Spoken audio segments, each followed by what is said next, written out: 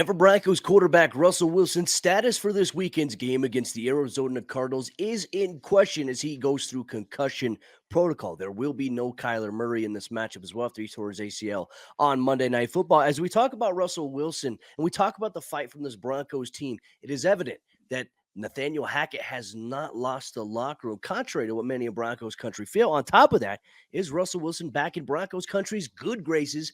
You get that and much more in today's brand new episode, Locked on Broncos. You are Locked on Broncos, your daily Denver Broncos podcast. Part of the Locked on Podcast Network. Your team every day.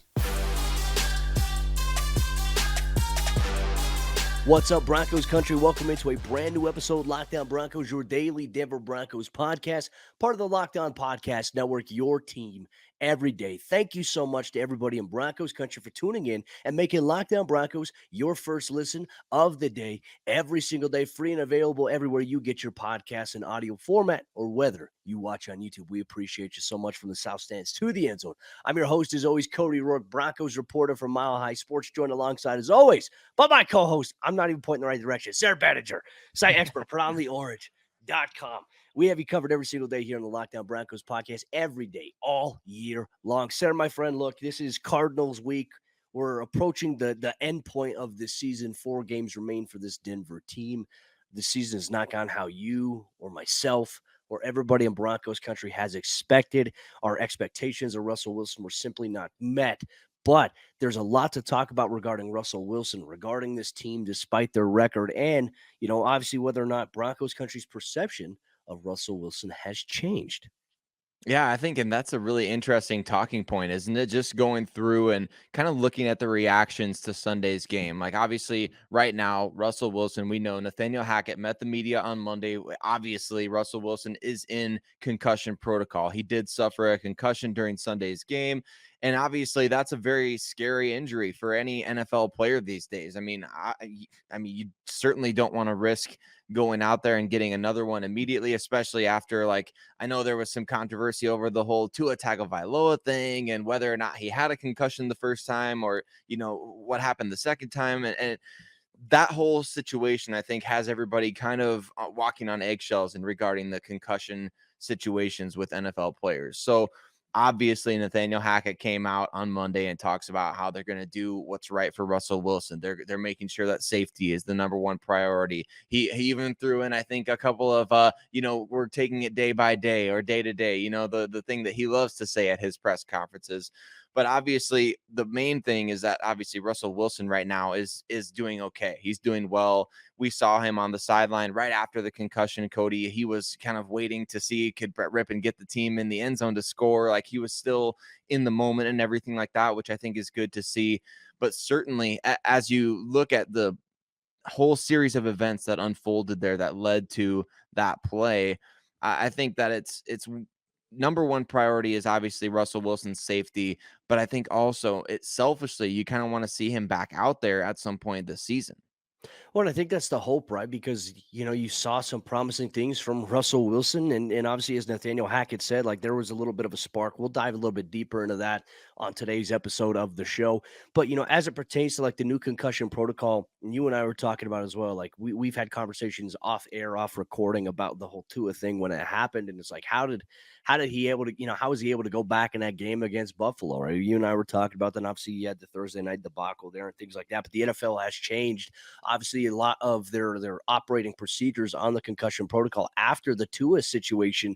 And I honestly do not think, regardless of how well Russell Wilson does this week, I don't think he's going to play this week. And I think, obviously, while there's nothing for the Broncos to necessarily play for from a win-loss standpoint, they're going to gain nothing except hoping that they can drop Seattle's potential draft pick a little bit further down the charts. At this point, with 4 games remaining, it's highly unlikely that's the case. Also, this is also going to be a game where Kyler Murray, as we probably saw on Monday Night Football, the thing is that he tore his ACL and that he's probably not going to play in this game as well. So just a big blow for the Arizona Cardinals on that standpoint. So, hey, Colt McCoy versus Brett Rippon. I mean, a Sunday matchup. I mean, what more could you ask for at this point in time? But I will say this as well, because in the post game, Sayre, going in the locker room, I was able to see Russell Wilson.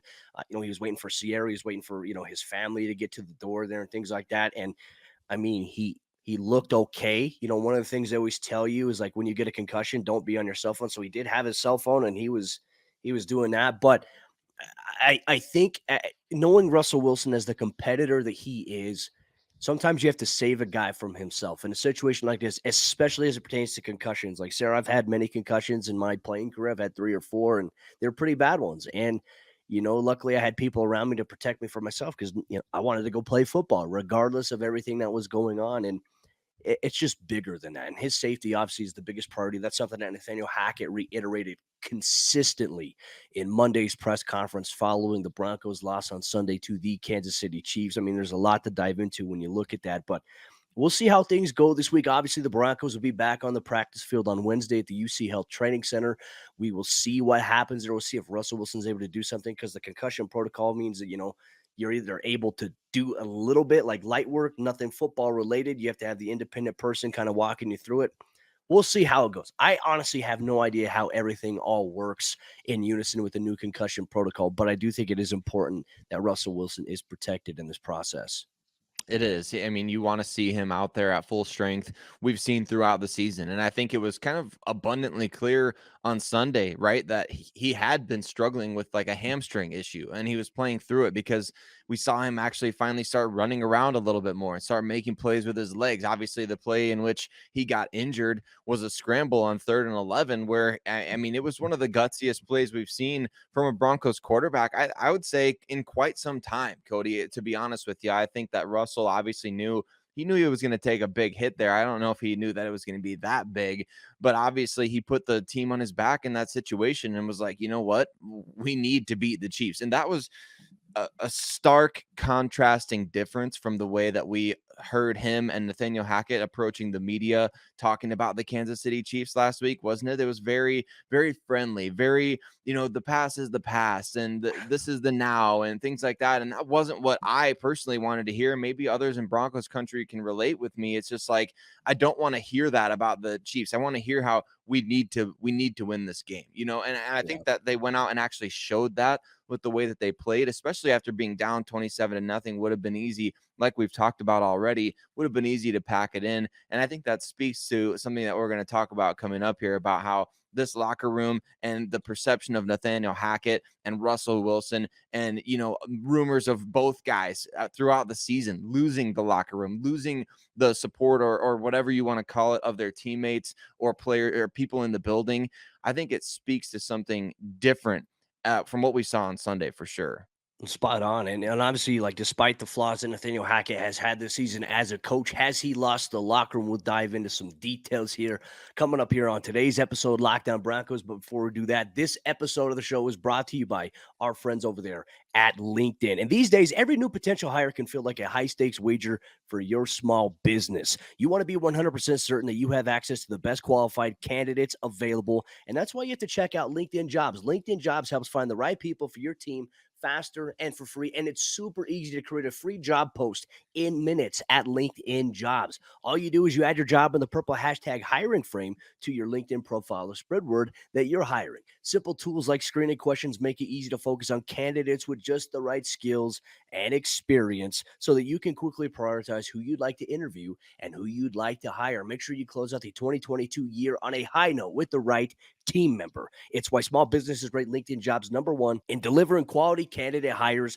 versus leading competitors. LinkedIn Jobs helps you find the qualified candidates you want to talk to faster. Post your job for free at linkedin.com/LockedOnNFL. That's linkedin.com/LockedOnNFL to post your job for free. Terms and conditions apply. And our friends over there at Audible. And this episode is brought to you by Audible, and Audible is releasing a slate of new football podcasts that we're sure you're going to love. That's why you'll be able to find a sneak peek of Think Like a Champion. Available right now as a bonus episode of Locked On Presents. Think Like a Champion is a brand new podcast from Russell Wilson and Audible. Russ is the champion on the field, but off of it, we rarely know the grind on the path to greatness. Russell Wilson, alongside co-host Harry Wilson and the late Trevor Moawad, dig into how high-performance athletes, artists, and leaders push the boundaries of their potential. You get to hear from two-time Super Bowl champion and MVP Von Miller deliver sharp insights about performing at your highest level in moments of extreme pressure, and NCAA champion Tim Tebow discussing how to find your unique personal mission in the world. Head over to Locked On Presents for a sneak peek of Think Like a Champion, or catch the full series available anywhere you get your podcast, available everywhere now. Audible, get in the game. All right, sir, continue on today's episode, Locked On Broncos. We dive deeper into some of the things that we've heard this season about Nathaniel Hackett. And I can tell you this, being there every day, talking to guys in the locker room after games, talking to guys throughout the week in the locker room during practice, contrary to what many people believe, like a lot of Broncos fans don't like Nathaniel Hackett. And I mean, literally, we see it all the time in our YouTube comments. We see it all over Twitter that Broncos Country wants him fired. And here's the reality of the situation, Sayre. I think regardless of the fight, if the Broncos show in these next 4 games, I do think that Nathaniel Hackett, unfortunately, will be one and done in Denver. I think it would be a drastic change in order to kind of change his outcome or his potential fate, especially with new ownership in place. I do want to mention that. But I think in a situation like that, knowing what we know, and obviously the Broncos being at 3-10 on the season, everyone's like, oh, Hackett has lost the locker room. I can tell you with 110% certainty, this is not the case. You talk to guys in the locker room, Sayre. I mean, we're talking to guys like Draymond Jones, Russell Wilson. We're talking to guys like Patrick Surtain, Eric Sauber. I mean, you talk to anybody and you bring up Nathaniel Hackett when he's done, they love him, because here's the reality of the situation. While we understand that winning games in the NFL is the most important thing, that's what everybody is focused on. This is a locker room that didn't have a coaching staff under Vic Fangio that felt like they truly cared about them as not just football players, but also as people. You know, a lot of players felt like under the Vic Fangio regime that, oh, we're just a football player. We're just, a means to an end here in the very, very brutal business that we see. And granted, a lot of fans operate that same thinking, like, it's all about winning. Nothing else matters. I don't care what these guys do off the field, blah, blah, blah, blah, blah. We get a lot of that. I mean, you should see how many things. I went to Justin Simmons and Kareem Jackson, at charity events this season. I went to Kareem's this past week, and I posted something, and some guy was like, nobody cares. I'm like, wow, really? Like, a ton of people care. Like, I care. These kids that these guys are, are giving back to in the community, they care. Like, we lose sight of a lot of things. Outside of that, I know I went on a tangent. I'm sorry for that, Broncos Country. Nathaniel Hackett has not lost the locker room. These guys love and respect Nathaniel Hackett. Unfortunately, the wins have not been there, and it's going to be probably the route for why Nathaniel Hackett is one and done in Denver. I mean, Sayre, what are your thoughts on this? Because I think that anytime you find yourself in a situation, I think that for us specifically, looking at this game when it was 27-0, we're like, oh, wow, this is as bad as it's ever going to get here in Broncos. Like, we felt like, okay, there was that 59-14 Raiders game, but this 27-0 could get to that at some point. Players just flipped the switch and said, no, we're going to fight back and we're going to claw. And I think that's a testament to how much they care about each other and also how much they care about their coaching staff. I think so too. I really do. And I think that one of the, telltale signs in the past that coaches have maybe lost the locker room a little bit in the past, we've had the offense versus defense, those big drama rumors coming out of the locker room and players against players. Whereas Nathaniel Hackett said on Monday, the players are out there playing for each other. And I think that there's something to be said for that. The locker room, it is not just about whether or not a coach has, everybody.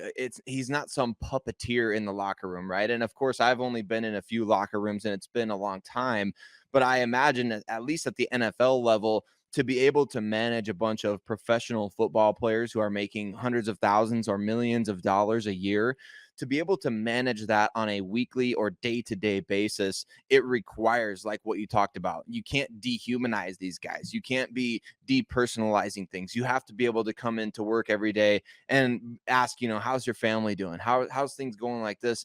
And separate the two. Like, obviously you're going to get into football. And I think, like you said, the football side of things is probably why Nathaniel Hackett will be one and done in Denver. But I think the personal side of things is one of the maybe reasons why you could say, if you're trying to cling on to, if you really believe in Nathaniel Hackett as a head coach, and you're like, look, like, this is the one area that I know we'll get the football side of things figured out. We'll make some changes to the coaching staff, et cetera, et cetera. But this facet of his, arsenal of abilities or intangibles or whatever, the personal side of things is what makes him great. And I think that that's what drew me to him as a potential candidate, back in January, December last year, when we were looking at the prospective candidates for the Broncos. But you see, 27-0 start. The Broncos come back and they get into the game and they come within 6 points. I think even just the fact that the team has had 11 one-score games this year, of course, being 3-8 in those games is terrible, and it does speak to the football side of coaching. But I think it also speaks to the locker room being intact, being willing to. We fight with each other every single weekend. These guys have been in one-score games pretty much every single week this season. I mean, if that doesn't speak to the fact that this team is willing to go out there and fight regardless of the opponent, and the Broncos have played some really good teams this year, obviously, I think that speaks directly to the locker room's cohesiveness, their willingness to fight for each other, regardless of the circumstances, regardless of their record, regardless of, win or loss. They're going to go out there and compete like they are potentially playing for the playoffs. We'll see how things change now that they've been officially eliminated from the playoffs, Cody. But I think right now, this team does not look like it's discombobulated in the locker room. It doesn't look like anybody's lost the locker room, whether it's Russ, like the report was a couple weeks back, or whether it's Nathaniel Hackett. I think obviously the majority of guys, the key leaders on the team, they're buying into the at least the idea, we're professionals. We got to go out there and play like we are going to make the playoffs every single week.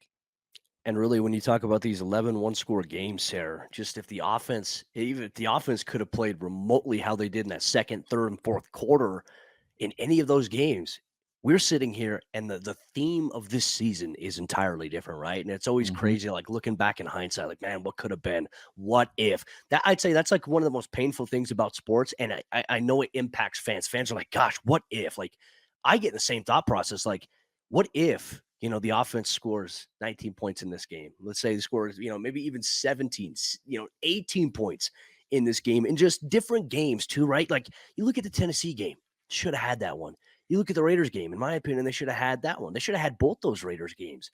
And then more, obviously more recently, like the Baltimore game, should have had that one as well. And it's like, everything is different. Like the story, like if things just go a little bit different, it is an entirely different season. We're probably at this point right now, the season, talking about, okay, hey, here's what Denver needs to do to secure a playoff berth, right? And, it goes back to that football side. Like the football side hasn't completely been there, right? And it hasn't really been the defense's fault. Like the defense has had various games this season where they've struggled and they have, not lived up to their expectations.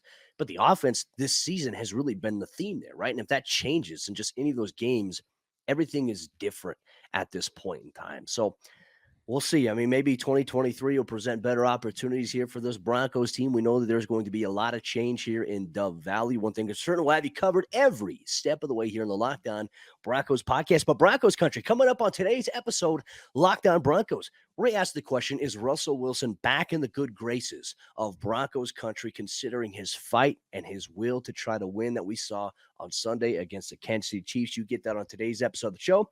This episode is brought to you by our friends at BetOnline.net. BetOnline.net is your number one source for sports betting info, stats, news, and analysis. You get the latest odds and trends for every professional and amateur league out there, from pro football, the college bowl season, to basketball and the World Cup. We've got it all at BetOnline.net. And if you love sports podcasts, you can even find those as well at BetOnline. We're always the fastest and the easiest way to get your betting info. So head to the website today or use your mobile device to learn more. BetOnline, where the game starts.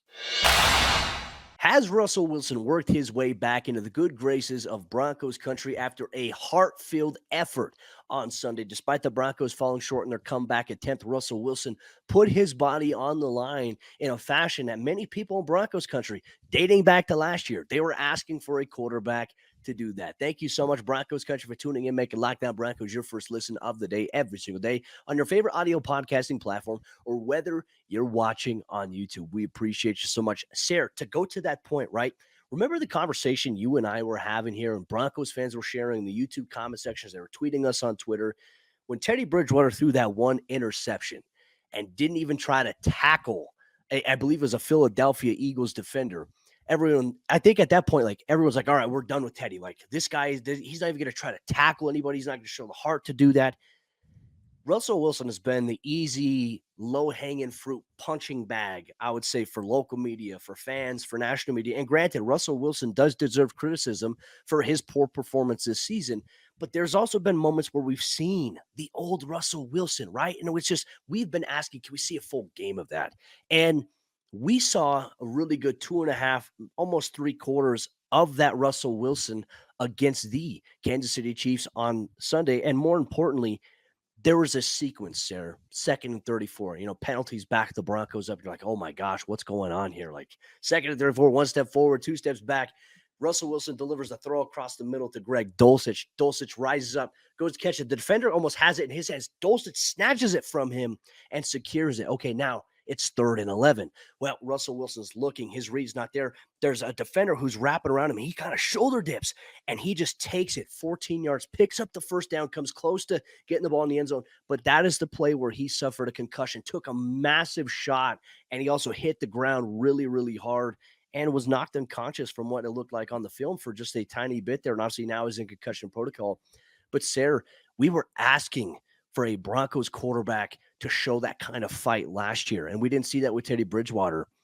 With this type of thing that we saw from Russell Wilson, I started to see, and you even mentioned this on the post-game report, a lot of Broncos fans are tweeting about how maybe their perspective on Russell Wilson has changed, that he's still competitive. He still wants it. He still has that fire. Right. And I think that was the misconception, is that he's not been competitive or he hasn't wanted it as bad. And that reached an epic low point. Remember when Mike Purcell screamed at him on the sideline? I think that a lot of fans resonated with Purcell in that moment because they're thinking like Russ is out there and he's not competing as hard as he should be.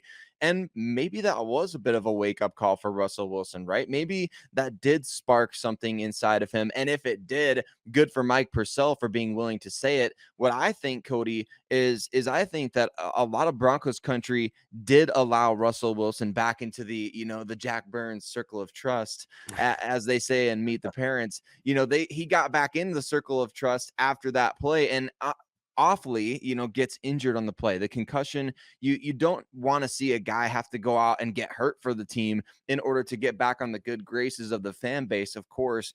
But I think regardless of the injury, if Russell had popped back up at that point and pumped a fist or whatever, I think that was the play. That was the sequence, the 2nd and 34, where, I mean, he drilled that ball into Dulcich. I think it hit him in the face, and then he came back down and he made an incredible adjustment. But it was just it was a sequence that you kind of remember as like a turning point type of sequence, right? When you're going from 2nd and 34 to 3rd and 11 to 1st and goal. And then the fact that after he gets a concussion, after he's knocked out, he stands on the sideline and waits to go into the blue tent to watch his teammates score a touchdown, because he wants to make sure that the job gets done, and he wants to either root for him or he wants to just know, like, okay, we scored there. It was worth taking that shot. I love what we saw there, and I think that is something that we've been waiting for, right? Against the Indianapolis Colts. That's the Russ that we needed there late in the 4th quarter and in overtime.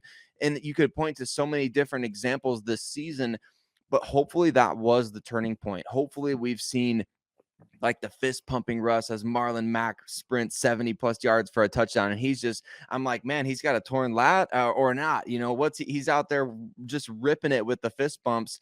I think that, Cody, what we saw from Russell Wilson and the overwhelming sense and sentiment that I got in terms of just reading through Twitter as that unfolded that really put Russell Wilson back into the good graces of the fan base. And now he's just got to go out there whenever he gets the opportunity to do so again, to go out there and prove that it wasn't just a one-time thing. It wasn't just the adrenaline of playing the Chiefs. It wasn't just the heat of the moment of like, okay, we're feeling some momentum over the course of a game. No, that's the Russell Wilson that everybody thought we traded for back in March, and he's here to stay. Kind of makes me feel a little bit better about, okay, hey, you still have Russell Wilson against Patrick Mahomes. Like he fought, like despite being down 27-0, you can make the argument he doesn't throw that pick six to Willie Gay. Denver might win this game by 1 point. Who knows? But that's a whole nother hypothetical situation. But I just think the resiliency, the fight that we saw, like how many times have we seen Patrick Mahomes and the Chiefs? Like, let's say they faced a 17-0 deficit. They clawed back. For the Broncos, of all teams, a team that has been the worst offense in football this season, to be down 27-0 and to fight and claw their way back and to finally capitalize when the defense gets takeaways. Man, we've been waiting to see that all year long. And I tell you what, it kind of reinforces what you and I have talked about. While Russ has had his struggles and he has not performed great this season, we have simply refused to believe that he's just suddenly fallen off a cliff and he's just this terrible, washed quarterback now that we consistently see in the comment section on YouTube. We see it on Twitter. I think Russ still has it in him. And it kind of gives me a little bit of optimism about, okay, if the Broncos do the right changes with the offensive line this offseason and they bring in some more skill players to surround him, surround Jerry Jeudy and potentially, hopefully, when you got the return of Tim Patrick, which will be huge, and KJ Hamler going to be fully healthy going into training camp next year. I think you still need some other playmakers to add around that. We can see the Broncos make some really, really interesting changes. And all of a sudden, it maybe makes me feel a little bit better about the potential future outlook. Like, while this year has sucked, there's still stuff to look forward to. And that's the thing about football that I love the most about it, Sayre. And that's why you and I get to break it down every single day here on the Locked On Broncos podcast. Just want to say thank you so much, Broncos Country, for tuning in and making Locked On Broncos your first listen of the day on your favorite audio podcasting platform, or whether you're watching on YouTube. Thank you so much for all your questions, all your debate that we get in the YouTube comment sections. Thank you for taking time out of your day to listen or to watch us break down all things orange and blue every single day, all year long. Sayre and I will be back for another episode of Locked On Broncos tomorrow as we sit down with Alex Clancy of Locked On Cardinals to preview a potential Brett Rippon versus Colt McCoy matchup on Sunday. We'll dive into all the details on that on tomorrow's episode, Locked On Broncos.